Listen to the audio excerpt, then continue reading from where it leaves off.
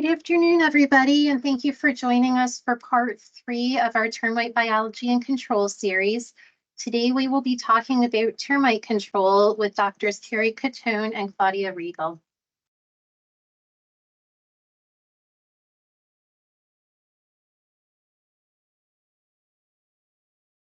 So just a couple of housekeeping procedures today. Please make sure your line is muted. Use the chat box to ask questions, and we will answer them at the end of the webinar. For additional questions not answered during the webinar, please email us at education@nola.gov, and this webinar will be uploaded to our YouTube channel. Today's topic is termite control. A good understanding of your termite control options is very important when choosing the best protection of your home. Today's speakers are Dr. Carrie Catone and Dr. Claudia Regal.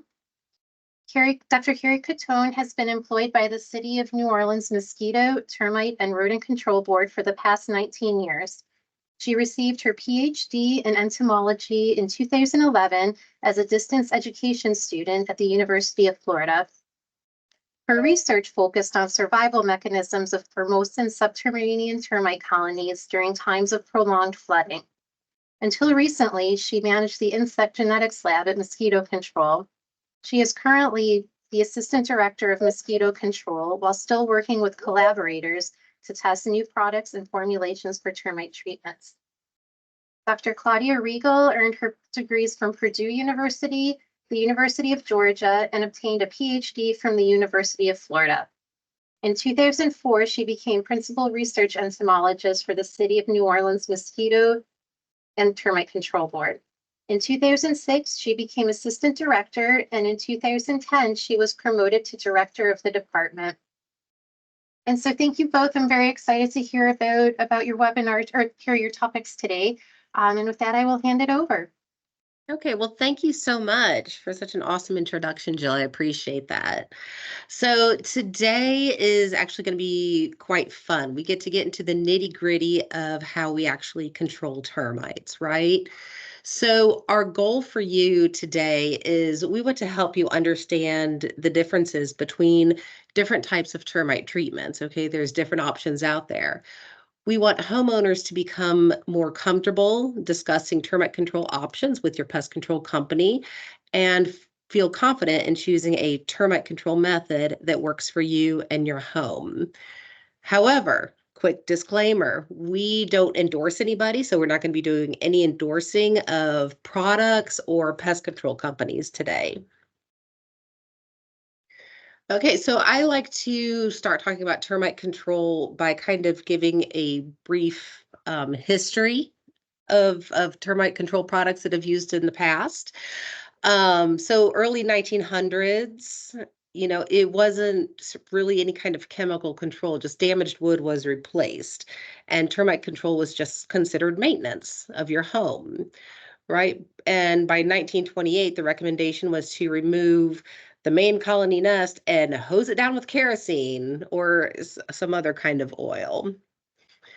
Right. So by the first wood treatments came about in the 1930s. So we're talking about toxic paints, including arsenic and petroleum and creosote, right?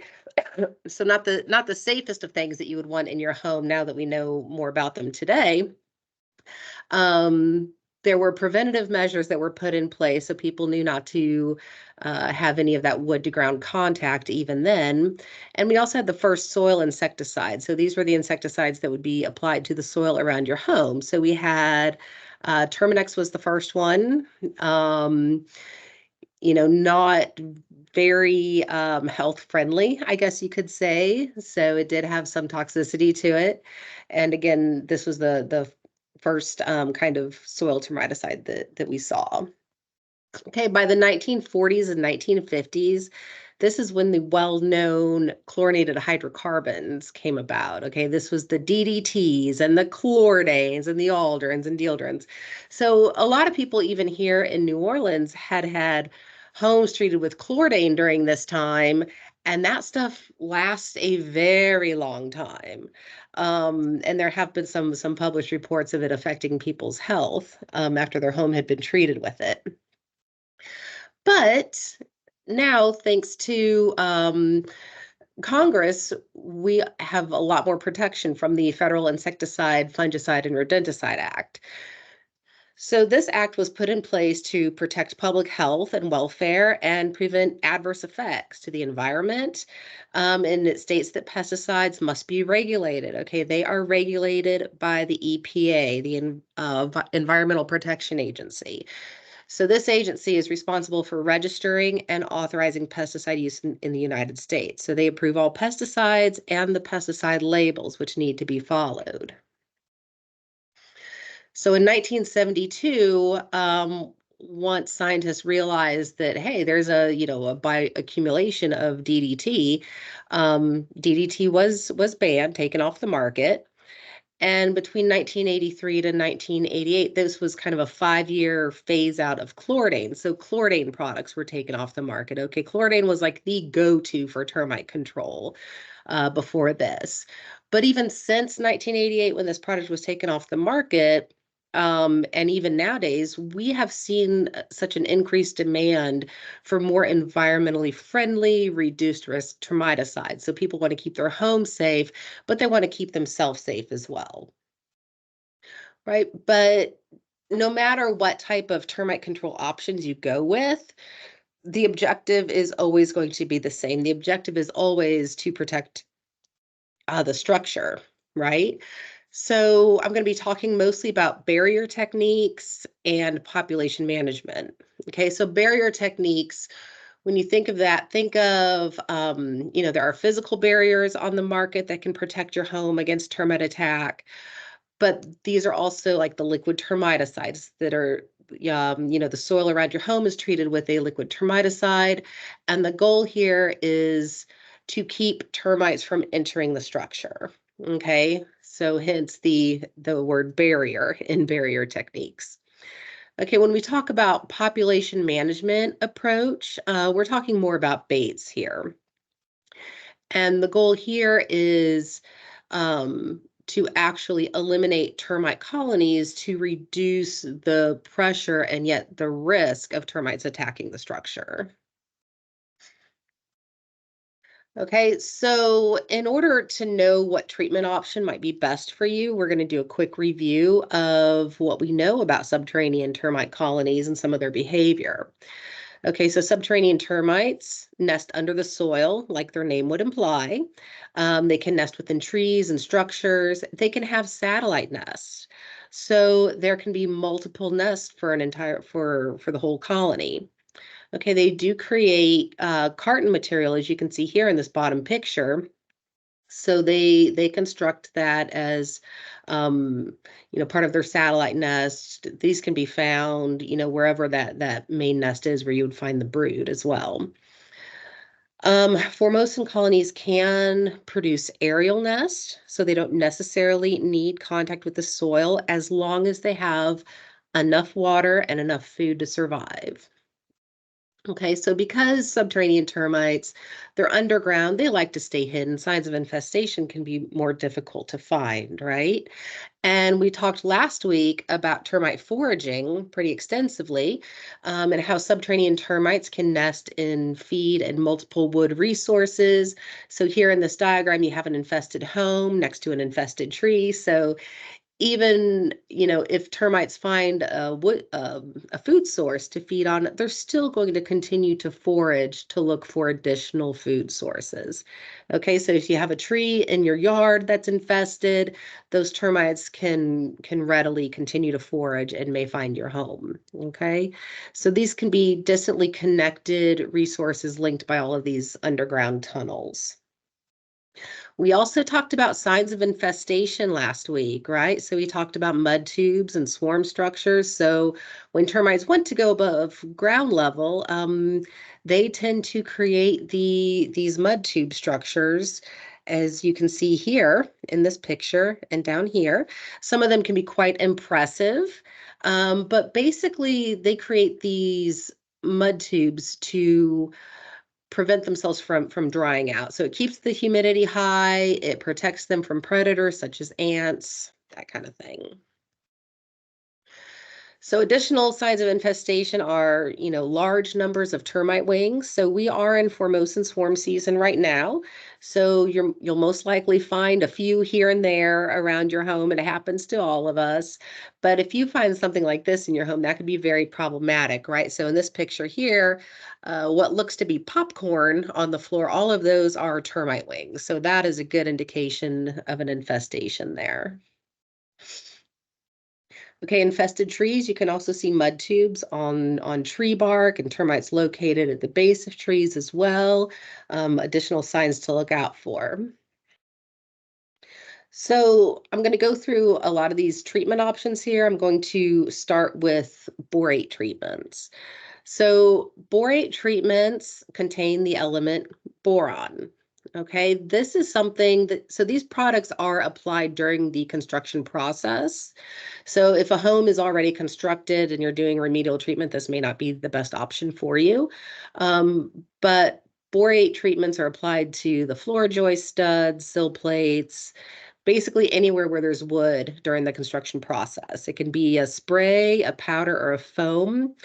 And what it does is it's actually a stomach poison. So it disrupts the metabolic function of termites. They'll feed on treated wood and then it will end up killing them. So they actually have to feed on it for them to be affected. Okay, so there are several available products out there. Again, this is not an endorsement. This is for educational purposes. There's Timbor, Boracare, Shell Guard, Jectagel. So these are not recommended as a standalone treatment. So you could do this in conjunction with another type of termite treatment, at least in high pressure areas. Okay, but always, always, always check with your state regulators, okay, local Department of Ags for those regulations, and always follow the label. So there are physical barriers for termites on the market now. So the concept here is to seal off entry points where termites can gain entry into your home. And we talked last week kind of what that might look like. So you could have different satellite nests that are connected by underground foraging tunnels. But, if it's a raised house or a slab house, there's all kinds of penetrations that you normally don't think about in your home. So even if it's a slab, if it's a home on a slab, that concrete may crack, and termites don't need a whole lot of space to get through, right? So you can have cracks in the concrete slab, plumbing penetrations that are going underground. So any kind of access to the outside world from your home is a potential entry point. And all of these need to be inspected and considered if you're using physical barriers. Okay, so aggregate barriers on the market include these particle barriers from Polyguard. It's a product called Term. And the idea here is you install it around the perimeter of a structure and within bath traps where you would have those plumbing penetrations. And the concept here is that the particles of these aggregate, it's kind of like a very not quite the texture of kitty litter. They're larger than that, but not by much. So the particles are too large for termites to be able to pick up with their mandibles and move as they do when they're foraging. But they are able to pack so close together that termites can't move between them.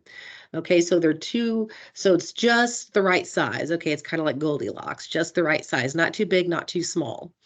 And because they can't forage through it and they can't build mud tubes out of it, then they're not able to gain access to the structure. Okay, so there are also membranes and sealants on the market. So again, with Polyguard, this is a flexible, stretchable kind of membrane that can be used to seal a home during construction or even during renovations. Originally thought of as a waterproofing material, but it has shown to be good for waterproofing, vapor proofing, and pest prevention as well. This product does need to be used in conjunction with a sealant, as you can see in this picture here. So all of those plumbing penetrations, any kind of access from your home to the outside world would need to be protected using this. Stainless steel mesh is another product on the market. So there's Termamesh and Termastop. So this is a marine grade stainless steel mesh that's installed during construction. Okay, and what it does is it doesn't allow termites to gain access into your home, because as they're foraging and trying to build mud tubes, they can't get past that stainless steel mesh. Okay, this is not a do-it-yourself kind of job, though. It does have to be installed by a trained professional. Termite shields. So most of us are familiar with these. These are those metal barriers that you'll see on top of pilings on a raised house. And what it does is it doesn't prevent termites from entering your home per se, but it makes the job of an inspector much easier. So if you have these hollow block voids under your house, those hollow voids make a perfect hidden highway for termites. Okay, but if you have a termite shield on top of that hollow block, they would have to go around to gain access to your home, which would make those mud tubes much more visible, easier to spot, so you know where to treat. Okay, so with liquid termiticides, this is one of those, another barrier type treatment where we are trying to prevent termites from entering your home. Okay, so this is used for subterranean termite current infestations, preventative treatments, and even pre-treatments before construction begins. And the idea here is to create an entire barrier around the structure without any gaps around your structure that doesn't have any termiticide around it. So again, you want to think of it, of all the points of entry in your home. We're talking bath traps and plumbing penetrations, expansion joints, pilings, anything where a termite can gain entry to your home from the outside world. Which makes it really important for you to understand the construction of your house. This can be easier said than done, right? With some of these older homes. But it really does, if you have the floor plans for your house, it does give you an appreciation of where all these entry points can be. Okay, and with liquid termiticides, there are repellents and there are non-repellents. So repellents, as the name implies, it really kind of wards termites off. So termites are not going to cross through and forage through treated soil. So it's really going to be a deterrent for them. Okay, and there are several active ingredients out there that have been used as repellent termiticide, an active ingredient being the lethal component of a pesticide. But there are also non-repellents.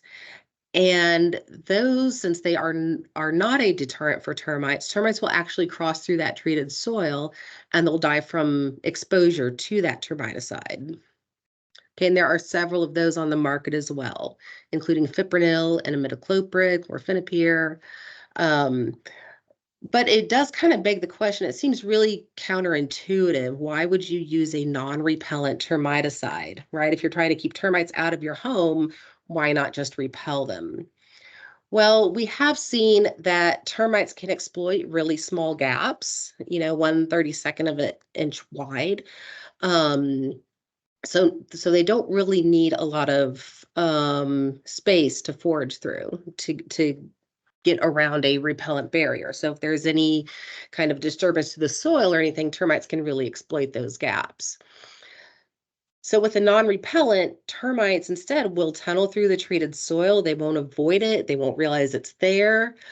These repellents can lead to a low termite mortality. But also, if it works slow enough, then these termites who are always constantly grooming and sharing their food and touching each other, They even exchange nutrients back and forth throughout the colony through something called trophallaxis. So they're in constant contact with each other. And if one of them has a termiticide on them, it's going to be spreading that around to other termites in that colony as well. So with a pre-construction liquid treatment, this takes place before any kind of slab is put down, before construction begins. This is not something that's mandated by law in Louisiana. But many times if you have a mortgage, if you have a loan to build a house, the bank that you're loaning from is going to require that, okay, for you to procure that loan. But you want to check with your state regulators as well. It's really important to understand that foundation type. So we've already looked at, hollow blocks being used as pilings for a raised house, and, what can happen if there's a crack in a concrete slab. So these pre-treatments many times are going to require multiple visits for multiple treatments, okay, unless everything is poured in one single slab, okay, but we don't always see that. And additionally, after construction is complete, there's going to be another final perimeter treatment. So the pre-treatment is just treatment of the soil. It's not trenched or anything. It's a treatment of the top of the soil before construction begins. And then the final perimeter treatment is when they will dig a trench and treat that soil, and then treat the backfill as they fill it up. So it's also really important to try to understand what kind of slab you have, what kind of foundation you have in your home. So different slab types can have different points of entry, right? So you can have a floating slab with joints and cold seams, or you can have a monolithic slab where it was done in one single concrete pour. But different types of slabs are going to have these different joints, right? And then with crawl spaces, you kind of know what we're dealing with here. You can have either wood pilings that have been treated, or concrete hollow blocks, right? So here's a couple of examples of those. So again, it's termite control. It forces you to understand kind of your own home construction. Okay, so with a post-construction liquid treatment, again, the idea here, the goal here is to create a barrier or a treatment zone around the entire perimeter.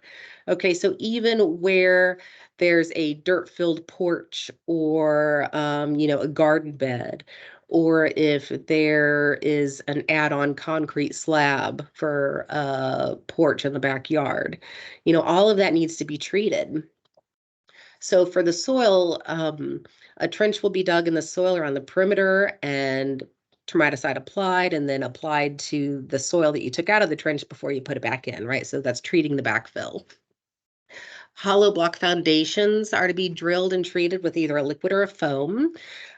Same with dirt-filled porches, right? So those need to be treated as well. Garden beds, they don't always need to be trenched. I know not everybody would want a trench dug in their lovely flower bed in front of their house, right? So that can be done with a rod that will inject termiticide into the soil. Any kind of cold joints or seams in the concrete also need to be drilled and treated. So it's a pretty big process. So here we have some of our guys here at Mosquito and Termite Control in this process. So digging a trench in the state of Louisiana, it does need to be a minimum of 4 by 6 inches. Here in this middle picture, you can see what it looks like to drill a hole into concrete to gain access to the soil, where you would insert a rod in there to inject termiticide under the soil surface. And then here we have treating the trench that was dug, and then treating the soil backfill before you put that soil back into the trench. It is so important, always check with the label and local regulators regarding minimum treatment specifications. Okay, the label is the law. So there is some new-ish equipment on the market now. So this is from BASF. It's a Termidor HP2 high precision injection system. And Basically, it will inject termiticide into the soil without having to dig a trench. Okay, so there's minimal drilling, there's no digging trenches. However, again, check with state regulators and the label before using something like this, though, right? Okay, so moving on to baits. There are many different baits on the market right now, as you can see in this picture. But again, I just want to reiterate the bait technology. So we're moving away from, let's say, barrier treatments to a real population management here. So how do you kill a termite? I know that that sounds like a silly question to ask, but it kind of puts things into perspective. So we can have chemical treatments like with soil termiticides. You can remove part of the nest. That might kill a few of them.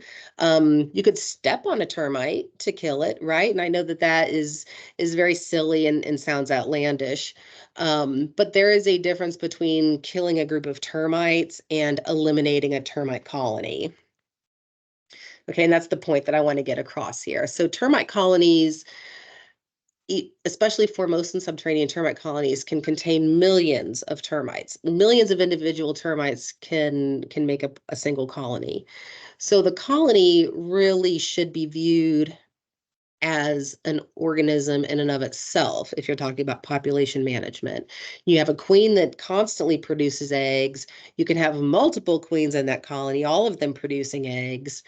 And, at least here in New Orleans, Formosan subterranean termite pressure is incredibly high.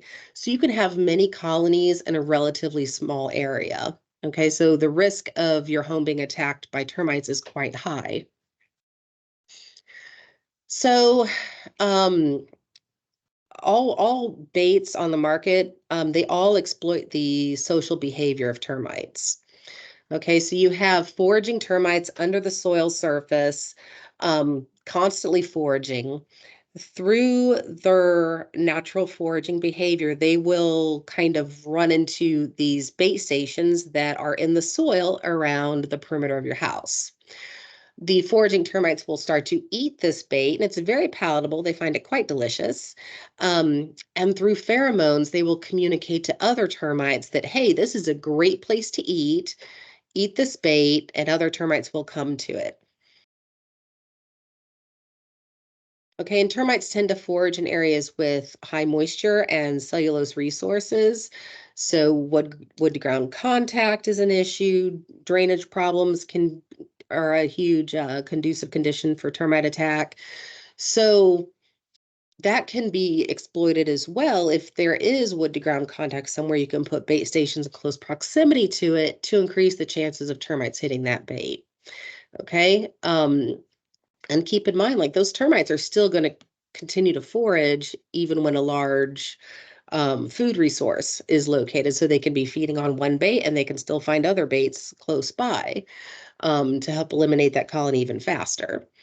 And, talking about the barrier treatments again, those treatment zones, if you have a termiticide soil treatment around your home, and say some of that soil is disturbed, some of it's washed away, or you put in some new landscaping around your home and probably disturbed that treatment zone, make sure that you call your pest control company and let them know. Okay, so termites will go through a social exchange of regurgitated liquid between colony members. So this is called trophallaxis. So why do they do this? Because it sounds disgusting, right? Well, in termites, some termite casts can't feed themselves. Okay, the soldiers with those great big mandibles are not able to chew off pieces of wood themselves, so they rely workers to feed them.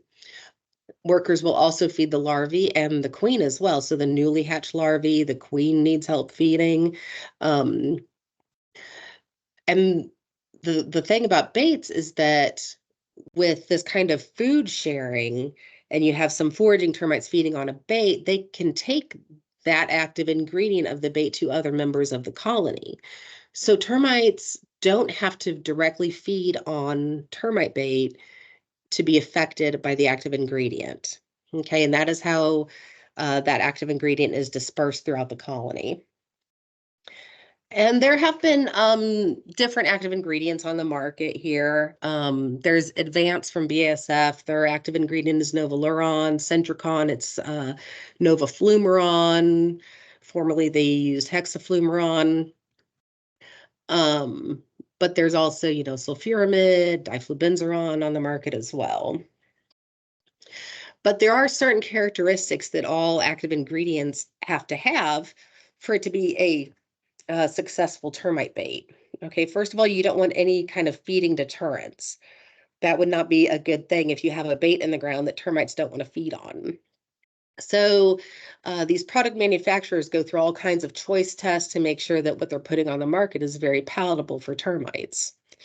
It needs to be slow acting. Okay, and I know that that sounds really counterproductive, but if you have too many termites die too fast after feeding on the bait, you have one, you will have termites that are not able to have the time to share it with their nest mates to eliminate that colony. And you could have an accumulation of dead termites in these foraging galleries under the ground. And termites are surprisingly smart when it comes to dealing with dead colony members. They will just wall them off, block them off. They see it as a very big hazard, right? They don't know what killed that group of termites, but they don't want anything to do with it. Okay, so you can actually get kind of a secondary repellency there if it acts too quickly.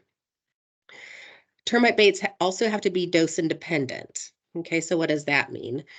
Really, it means a little dose will do ya. Okay, so it doesn't matter if termites eat a little bit of bait or a lot of bait, it's still going to have the same effect. So active ingredients for baits are really either insect growth regulators or metabolic inhibitors. Mainly the big ones that we see on the market today are chitin synthesis inhibitors. These came about in the late 1980s.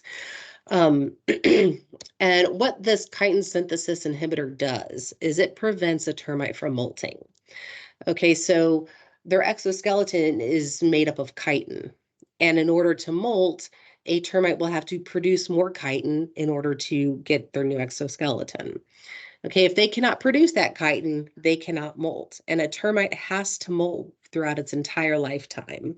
Okay, termites don't stop molting. So if you get a chitin synthesis inhibitor shared throughout the colony, you'll end up with an eliminated colony.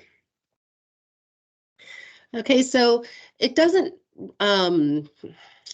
matter what bait product specifically that you're using. A lot of them have these same installation methods. Okay, so ideally, you would want these, about 20 feet apart maximum, but double check the label on that because labels can be different. In New Orleans, we use 10-foot spacing. So if we have a structure and we're placing termite bait stations around that structure, we will put them every 10 feet apart in New Orleans. And we try to put them near conducive conditions like we talked about. If there's a moisture issue somewhere, wood to ground contact, those are ideal spots to put these bait stations. And really, it's pretty straightforward here. You put a hole in the ground that's big enough for the station to fit into. You insert the station into the soil, and you make it flush with the soil surface so it doesn't get hit by lawn mowers or anything like that. Okay. However, what happens if you don't have any access to soil? Here we have a picture of the French Quarter, lovely sidewalks and streets, lots of concrete, where you would want to put these bait stations. So in a situation like this, you would need to core through the concrete to reach the soil level. Okay, so this is really like there's specialized machinery that does this, coring holes through the concrete to reach the soil, and then you just install the station within that soil. And we have port covers to cover those holes, because otherwise you end up with a tripping hazard, right? So you need something to cover that with. And these can be purchased. You can call our office or email bugshop at NOLA. Okay, so not all bait systems have above ground bait stations, but they can be a really good tool in your toolbox. They allow for targeted application of bait when you know where termites are located in a structure. So let's say you have located a mud tube or swarm structure, something like that. You can place an above ground bait station directly over that mud tube and allow termites to have access to it, which really kind of cuts down on that lag time that termites require to locate in-ground bait stations. So these are really great. You can have flexible station placement, so it doesn't matter if it's on a floor or a wall or along the side of a slab. But because it's still using bait, the same active ingredient, it does fit this concept of population management for termites. And it does overcome certain challenges like common wall construction if you don't have any kind of soil access, or if there's an above ground colony. Remember that Formosan termites can have aerial colonies as well. So to discuss the advantages of these baits, they do use very small quantities of toxicant. So the toxicity level for mammals is very, very low. It's very target specific. So it is specific for termites, right? These stations can be applied around a perimeter of a home without drilling into the structure, so it's less intrusive than, say, a liquid soil treatment. It can be placed on the structure directly if there's that option for an above ground station. It can really affect large colony populations with their ability to eliminate entire colonies. And it can be a standalone treatment. So it does not require a soil termiticide around the perimeter of a structure to have bait stations around there. These are actually mutually exclusive products. So liquid treatments and baits do not need to be used together. And if baits are used in conjunction with a liquid treatment, then the baits need to be installed way outside of where that liquid termiticide was applied. Okay, because you don't want termites going through a treatment zone and dying, and again getting secondary repellency where they're going to kind of stay away from that area and maybe stay away from the baits as well. So some disadvantages, it can be labor intensive, but that really depends on the frequency of how often those stations need to be checked. There are a couple out there that are label rated for inspection just once a year, which is really, really great. It used to be either monthly or quarterly, okay, but now it's once a year. Sometimes it can be a little frustrating dealing with termites having the time to locate stations. Sometimes it can be difficult if you're a pest control professional and you're explaining to a homeowner, well, termites aren't going to find it and die right away, right? So it's not that instant gratification of showing up with a spray tank and spraying some insects and watching them die right there. It does take time to get control of those termite colonies. So they do need the time to feed on that bait and share it with their nest mates for that colony to be eliminated. Okay, and it's not a magical barrier that you put around your home, right? So there are gaps every 10 feet around your home with these bait stations, and termites will find them. But again, it's a matter of time. Okay. So one question that I usually get from homeowners is, okay, if I have baits around my house and the baits were hit and the termites died, they went away, do I still need to have those baits around my house? Do I still need that termite contract? And I have a data set that I love sharing with people. I think it tells a really cool story and I want to share it with you now. So here we have the French Quarter in the heart of New Orleans, right, where Operation Full Stop took place. And right outside of the French Quarter, we have Louis Armstrong Park. Okay, so this park, it's really, really large, lots of green space. There's a history of a lot of termite activity within this park. And it was a very long running research site from 1998 to 2014. And it really, at the time, created this model for these very large, stable colonies that are not disturbed. So they're very stable, kind of, they're just kind of staying put. Okay, and these were monitored, and we could tell the colonies apart using genetic studies and mark release recapture methods. But in 2003, all the colonies in the park were eliminated by baiting. Okay, so they were all wiped out. And then those baits were removed. Okay. And what happened then was the reinvasion was monitored from neighboring colonies and opportunistic colonies, and colonies within the park increased over time, right? So within 5 years after those baits were removed, all the spaces where termites had been eliminated were again filled with termites.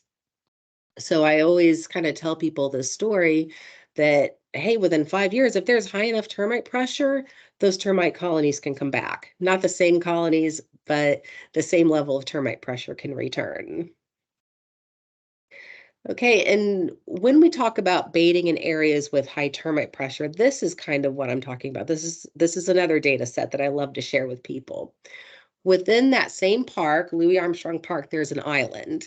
And this was back in the early 2000s, where Matt Messenger at the time, he had delineated 3 Formosan subterranean termite colonies and 1 native reticulatories colony on this island.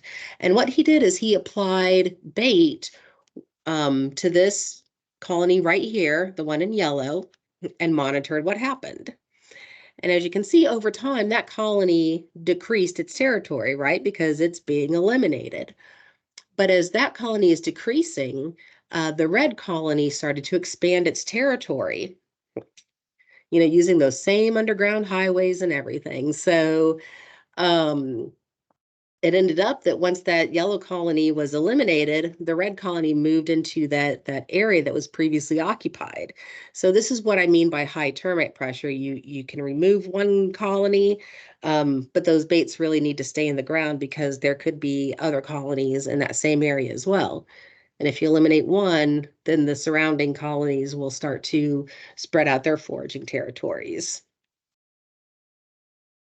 And at this point, I'm going to let Claudia talk more about fumigation.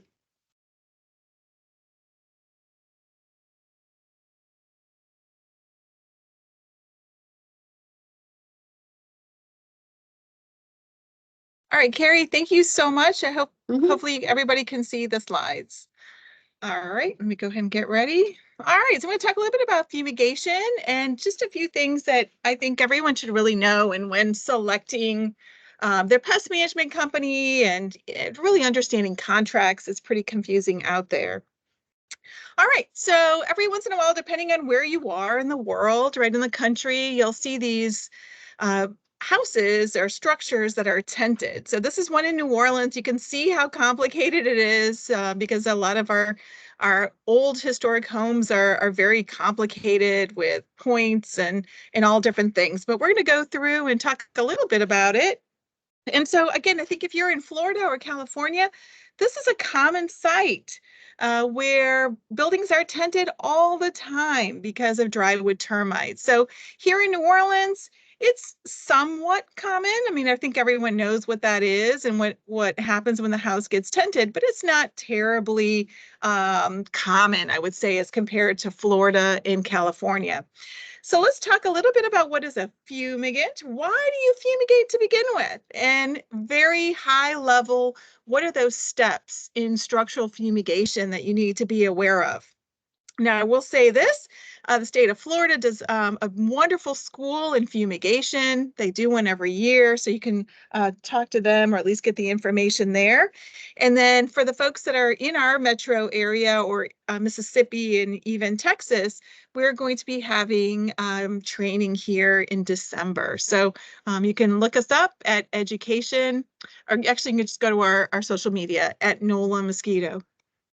All right, so fumigants are pesticides that work in a gaseous state.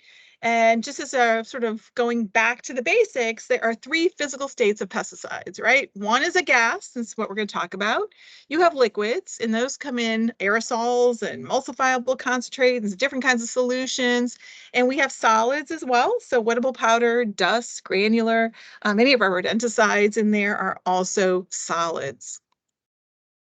Now, when it comes to fumigation, there's so much that we don't see, right? So, of course, we're walking around, driving around our cities, and we may see a house that is tented. But did you know that there is a tremendous amount of commodity fumigation? So, on ships with commerce going back and forth. Soil fumigation, that's actually my background, and that's what I studied. So, places like California and Florida as well, with these high value crops, fumigation, and actually often very sandy soils. There's so many different pests, nematodes included. So a lot of soil fumigation happens. And then of course the structural fumigation. So the homes, the warehouses, we're going to talk about that today. Don't forget about boats, right? So water is a tremendously fabulous barrier for fumigants. So you can see here in this particular, actually two different cases, there was a boat that, and this is quite a few years ago here in New Orleans, but carton nest material from Formosan subterranean termites were taken out of the boat. And so that whole boat was tented and fumigated. The boat on the right, that's in the marina. And it came in with bed bugs. And so they tented that boat, just like you can see all of the placarding, all of that. They fumigated it to get into the gas, to get all into the nooks and crannies and kill the bed bugs. Now, there's some basic steps in structural fumigation. And we're going to go through these, but just as a summary, inspection and pest ID, you have to measure the structure. You have to seal the structure, right? Keep that gas inside. You also have to prepare the interior. You're going to fumigate it. Many companies monitor, right? It's optional, but you're going to monitor that fumigation. We'll talk about that in a minute. And then when it's done, then you're going to aerate that structure so that people can go back in. You've talked about this already in the first webinar, so I'm not going to talk about it too much, but drywood termites are a big target for fumigation. So again, depending on where you are, these happens to be the alates, but depending on where you are in the country, you may have a species that's predominant over the other. And again, really great, right? So they've talked so much about identification, and there's some really interesting key taxonomic characteristics. And for a termite in the wing of the alate, you're going to find cross veins. And so that's a big indicator, that is an indicator that you're dealing with drywoods. The pronotal width is greater than the width of the head. So you can see that. And then also they have the soldiers have marginal teeth on the mandible. So again, really understanding what pest, if it's a termite, a rodent, a beetle, whatever it is, you really need to get down to species to understand how to treat it. Don't forget about wood damaging beetles. So there's lots of different beetles out there in structures, in furniture, in commodity style locations, such as maybe a dog food factory or a rice mill. So depending on those, you're going to have different kinds of beetles that are often a target for treatment. So, and that's what I said here. So especially with the stored product pests. So again, it could be rice. Here in Louisiana, rice mills get fumigated pretty regularly, but again, it could be all different ones. And you've got some weevils too that are included. Don't forget about bed bugs. So this, I think, has become more popular over the years. And so fumigating for bed bugs, maybe your house has a big infestation. And so you basically want those bugs gone quickly.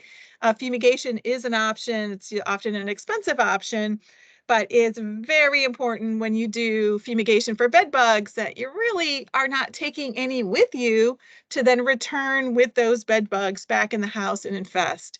So typically, your best treatment is the time that is being fumigated, but there's a lot of considerations to be taken if you're fumigating for bed bugs. Now let's talk a little bit about some of the options that are out there. Methyl bromide, sulfurofluoride, chloropicrin. So those are different types of fumigants that are out there. Methyl bromide has really been phased out, especially in the structural world. There's a little bit still in the agricultural and special use, but for the most part, it's supposed to be phased out. So fluoride is what's common for structural fumigation. Now you can see that the color and odor at low concentrations, it's none for those two, which makes it very dangerous. And so you need to make sure that you are trained, you are licensed, and you really pay attention to the fumigation so that no one becomes exposed, gets sick, or of course pass away. But with chloropicrin, that's the odor there is extreme. And we're going to talk a little bit about why we use chloropicrin. Chloropicrin is also used for soil fumigation for bacteria and fungi, but you can see that it has extreme odor, of course. It's tear gas, and we're going to talk about it, why we use it in a structural fumigation. Now, to prepare the structure, companies that do fumigation, they have checklists that they provide to customers. So you can see here, Dr. Rudy Sheffron's picture from years ago at a fumigation preparation. And you basically have to go through every cabinet, everything, every closet, every cabinet, all of it. And you really recommend to remove the food or place them in special bags. I think most people do remove them. So unless it is in a can that is still sealed, factory sealed, or a glass jar that is factory sealed, anything else needs to come out. This is a biocide, so this kills everything. So you need to remove plants, of course, pets, very important. All the doors, every room needs to be open. They have to have, the professional PMP must have access to every space in that structure. So if there's a door that is locked, nobody can find the key, it's going to have to be opened prior to the fumigation. And so they will kill, these are fumigants, they kill everything, it's a biocide, so very important to follow those rules. The other part is to do some math, right? So we have to calculate what the volume is of these structures because we have to figure out how much gas needs to go in. So it's relatively easy when you have an easy structure. You can see the structure on the left-hand side. It was just almost a big box. And so pretty easy to calculate. So volume, length times width times height, that's how you're going to get it. Now, don't forget, I showed you that original picture. So it's got some spires. And so you need to calculate cones and, add all those components together. So you break it down to the easiest that you can calculate the volume. And then you just add up all those components to give you the calculate how much gas. So very important so that you reach the right dose, right? The concentration that's needed. And also it costs money. So we want to not put in more gas than you need, but you cannot put less. You may not kill that insect or your target pest. The other part of it is to seal and secure the structure. And so the picture on the left-hand side has brand new tarps, so that's great. Brand new tarps usually have little less pinholes, they're in better condition. And of course, the operators are going to clip everything together and put the appropriate signage inside underneath the tarps at the entry points, egress, right, of the building. And then you also need to have secondary locks. And so depending on the company, they use different types of locks, because what we don't want is somebody opening up that tent while under fumigation and going in. So the owner, anybody else, needs to not have any access to that structure. Like fumigation, you're probably figuring it out. It's a big process, right? And so it's a lot of work to do this. And it takes a lot of equipment as well. So great picture here. You can see the filing cabinets, and that door is open. So everything is open so that gas can enter easily all the little nooks and crannies of that particular building. They also use fans to move the gas around. So typically it's at the release point, you can see that tiny little tube. That's where the gas is going to come out. And you can see it's been secured to a fan. That fan's going to push with the airstream, is going to push it up. And then there's another fan in the opposite direction that is also going to help push it and distribute it. And so, you can see the example on the third picture to the right. There's a little pan right there. And remember we talked about chloropicrin? So that's a chloropicrin pan, is a warning agent that goes out before any of the sulfurofluoride is distributed or put into the property, because if there is, let's say there's a cat or a person or something that's still in there, their eyes are going to be very irritated, their nose, all that stuff, mucous membranes, and they're going to want to get out of that building. So it's an alert to say, hey, get out of the space.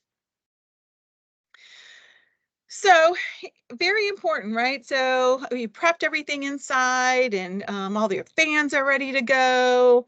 And you can actually see here, they're checking the structure. It's going to be very important to make sure that everything is tied or closed, the locks around, the signage is there.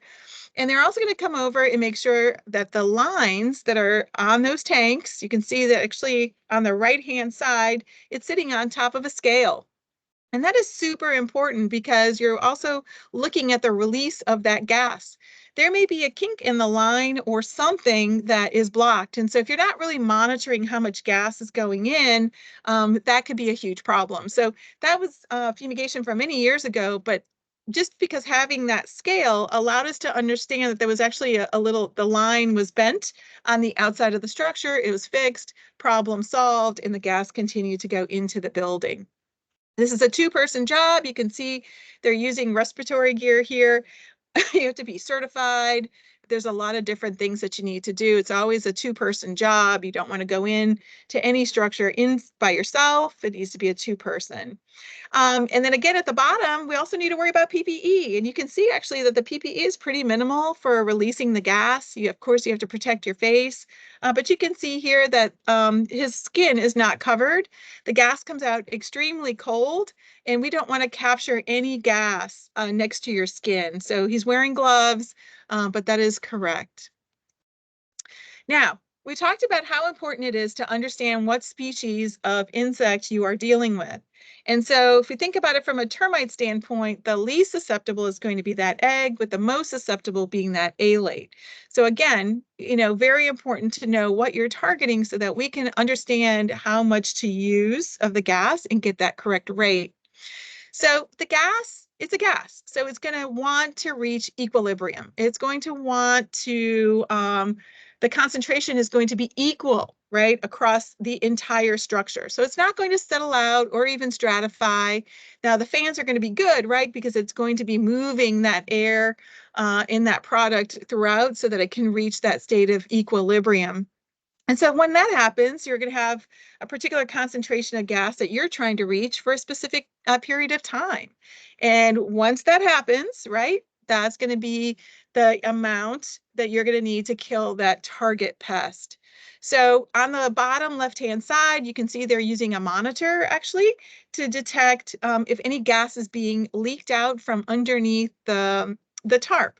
Sand, water snakes, all those things are used to really secure down those tarps to minimize any leakage or any escape of the gas.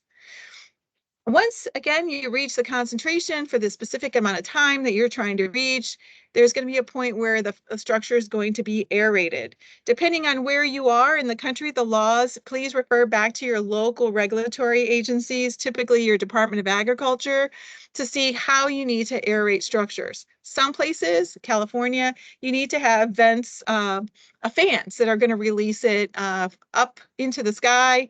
So each place is going to be a little different. Please refer to your local laws.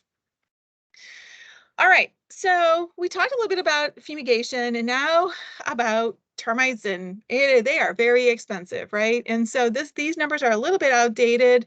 I believe there's been some current work a few years ago through University of Florida that's updated some of these numbers, but it is a large chunk of change, right? People spend a lot of money in termite treatments, and it could be at their home. Here in New Orleans, people spend money on trees as well. So a lot of money. They're protecting typically their greatest investment, which is going to be their house. Now, what happens here? So this actually happens to be my house a couple of years ago. I was in my house checking, and I look over in my windowsill and I'm like, what is that? Right? And I'm like, oh no. So I couldn't believe what I was seeing. And I actually had termites in my windowsill, right? Well, they were the wrong place to show up, right? So we did eventually deal with the termites. But I won't lie, there was a little bit of a freak out moment, even for my own house. And, you know, I'm kind of laughing about it, but sometimes we go into other people's homes and, of course, provide information about termites and all of that, and we stay calm. But it is really hard to stay calm when it happens to you.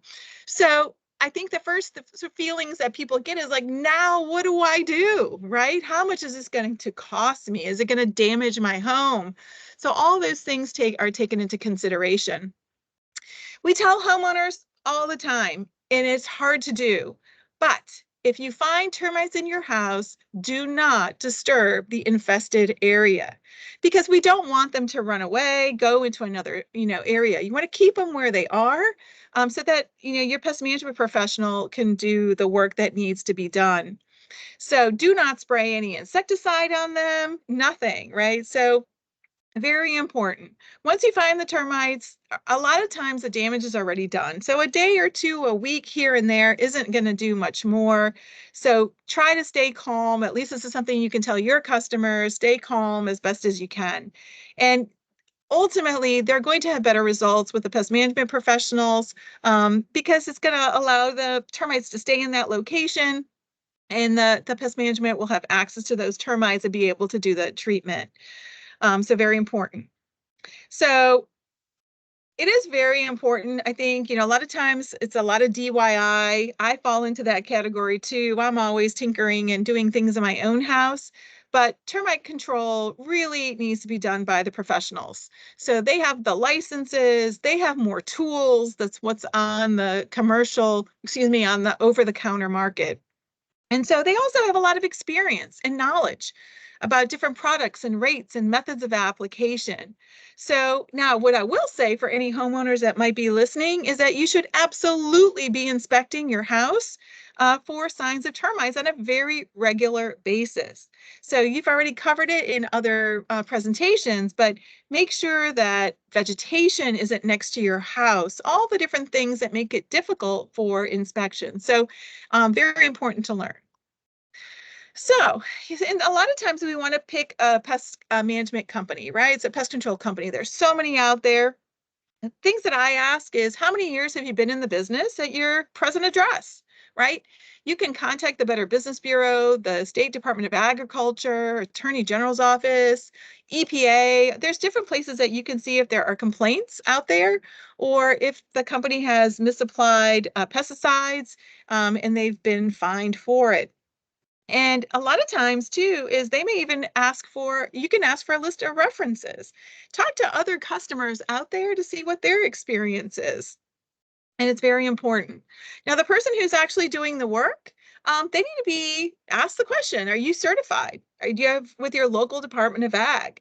Does your applicator have technicians or the actual applicator for the company? There's a lot of different things that you can be asking, but the main thing is when they are licensed applicators, required to go through testing, right, to obtain that application, but also they need to have continuing education credits for keeping their licenses current. So pretty important. But when in doubt, you can always call your state Department of Ag. So the other question I ask, and actually I put there my card, this is from a few years ago. I kind of blanked out my numbers, but we carry this around. I carry this around all the time. So that if we're doing some work or I'm in a particular location and somebody asks me, if I have an applicator or why can you do this, I pull out my applicator and I show them the licenses that I have on the back, and also to make sure that it is current with our Louisiana Department of Ag and Forestry. So each company to do this work is going to have at least one certified applicator. Again, each category is going to be a little bit different based on each state. So please refer back to your Department of Ag, but there are a lot of commonalities here. Some other companies, depending on where you are, technicians can work under the supervision of a certified applicator. So again, you can do this by verifying with your local Department of Ag.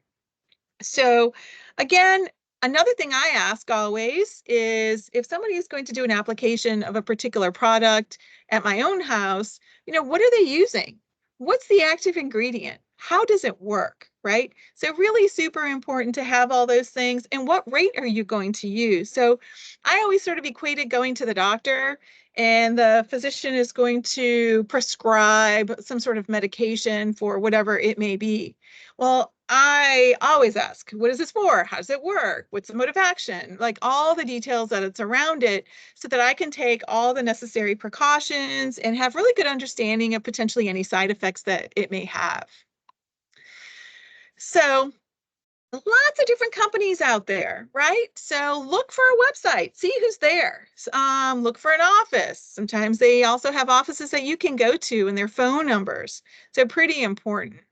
You can look and see if they have special accreditation. So this actually, the one that I am showing there is called Quality Pro.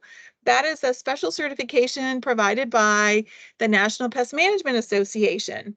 And so the companies that want to have this kind of accreditation, they have to go through and do a lot of tests and show how do they do business. So there's a lot of criteria to show that they are doing a good job and really provided really above and beyond the services. So again, there are lots of different kinds of certifications out there that you can ask for. OSHA certified and HAZWOPER that deals with pesticides. Do they have a board certified entomologist down there or an associate certified entomologist? Those are too hard tests to take. And so the folks that pass those tests, there's a lot of training that goes in to doing that, and that's through the Entomological Society of America. So really super great. Quality Pro, there's Green Shield. And again, look and see if they're a member of their local state Pest Management Association. So here in Louisiana is Louisiana Pest Management Association, but we also have some here in New Orleans, which is the metro area, which is a Greater New Orleans Pest Control Association. So typically members are more involved in communication, maybe staying up on the latest, whatever it may be. So those are all good things that you can look for. Now, this is one of my favorite things to talk about, right? Is that pest control services should be a partnership between the pest management professional and the customer. Unfortunately, there's a big sort of misconception out there that you hire a pest management company and they're going to take care of all your problems and you don't have to lift a finger. So if you're that resident, right, you still do. Sometimes it's cleaning up something, removing that wood that's next to the house that's attracting the termites, or I already talked about removing vegetation that's too close to your home, fixing a roof leak, for example. So when the homeowner does those recommendations, that pest management professional who's got a tremendous amount of experience, you're going to get better results in the end, okay? And so again, the customer really should request certain things. What's the name of the product they're using? And where's the label? I want to understand it. What are the precautionary information or potential health effects, right? And to exposure, that's on that label. And so, of course, when the pest management professional is using that product according to the label, the risks are minimal. You have to ask about the formulation that's going to be used, right? So if you looked at some of the liquid termiticides that Dr. Catone talked about, those are going to be liquid around that home, but you may have a bait station with a bait tube that's in the ground. So very important to know that.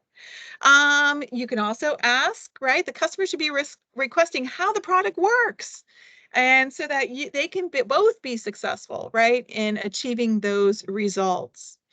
And of course, especially with the fumigation component, but as well for termite treatment, subterranean, any preparations that the customer must make before the treatment. You have to sometimes remove clutter, gain access. There's a lot of different things that could happen, that should happen. Now, let's talk about the other way, right? So as well, but remediating conducive conditions is absolutely critical.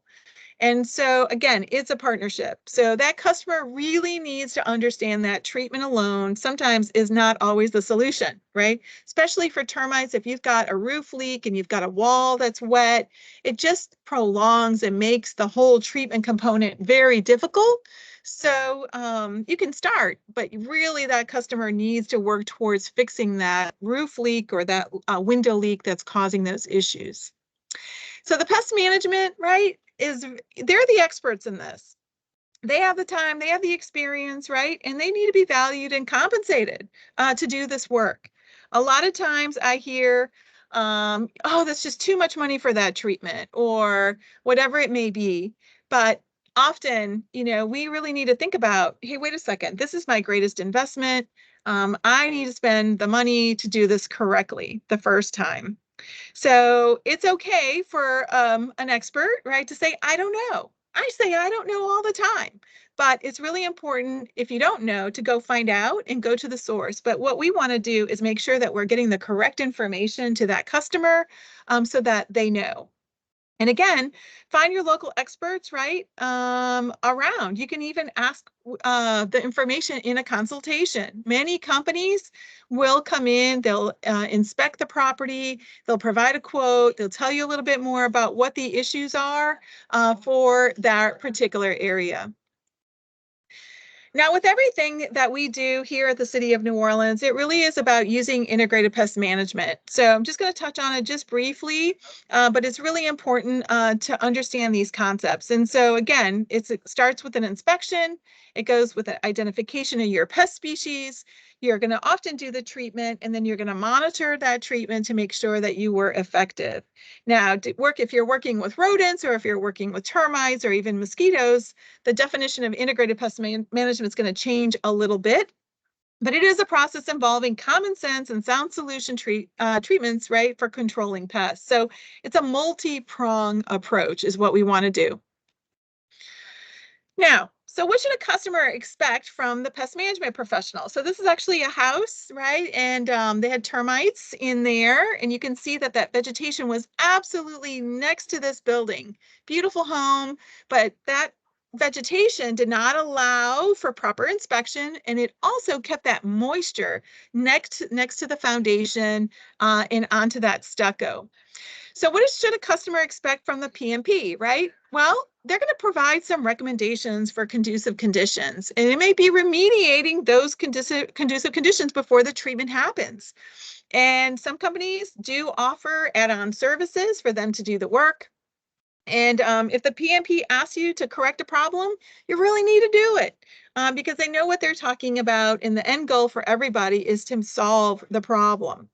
So the PMP is going to need access to the entire property and sometimes the building plans. That's something that we ask for all the time in city buildings. Where's the plan? I need to understand the construction. Dr. Catone already talked about it, what kind of foundation it is. Is it a floating slab? Is it monolithic? All those things are really super important. I think a customer too, and I think this happens quite a bit, is, they want the pest management company to come in one time, solve solutions and be done with it. A lot of times regular service, especially with that termite inspections, because they're going to be inspecting your home at least once a year, right? We all get busy.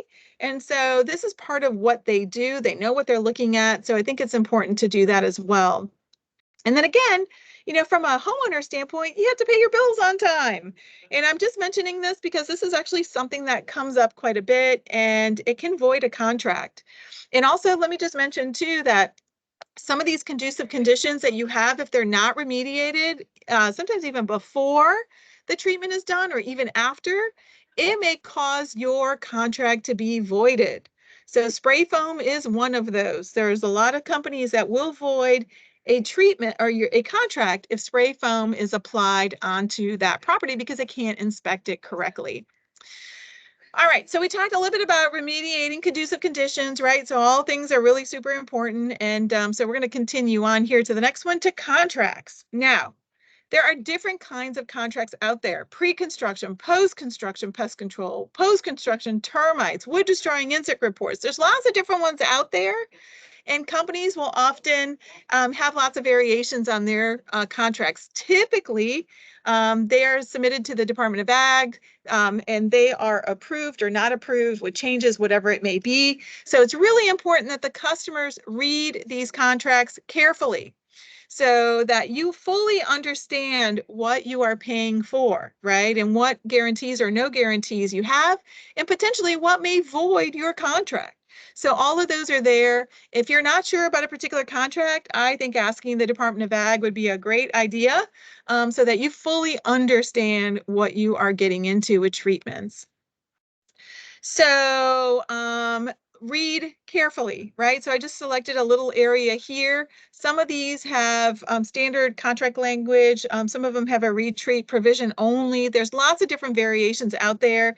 Some will offer a damage guarantee, a warranty, right? But typically there's going to be a certain provisions and that are going to be in there.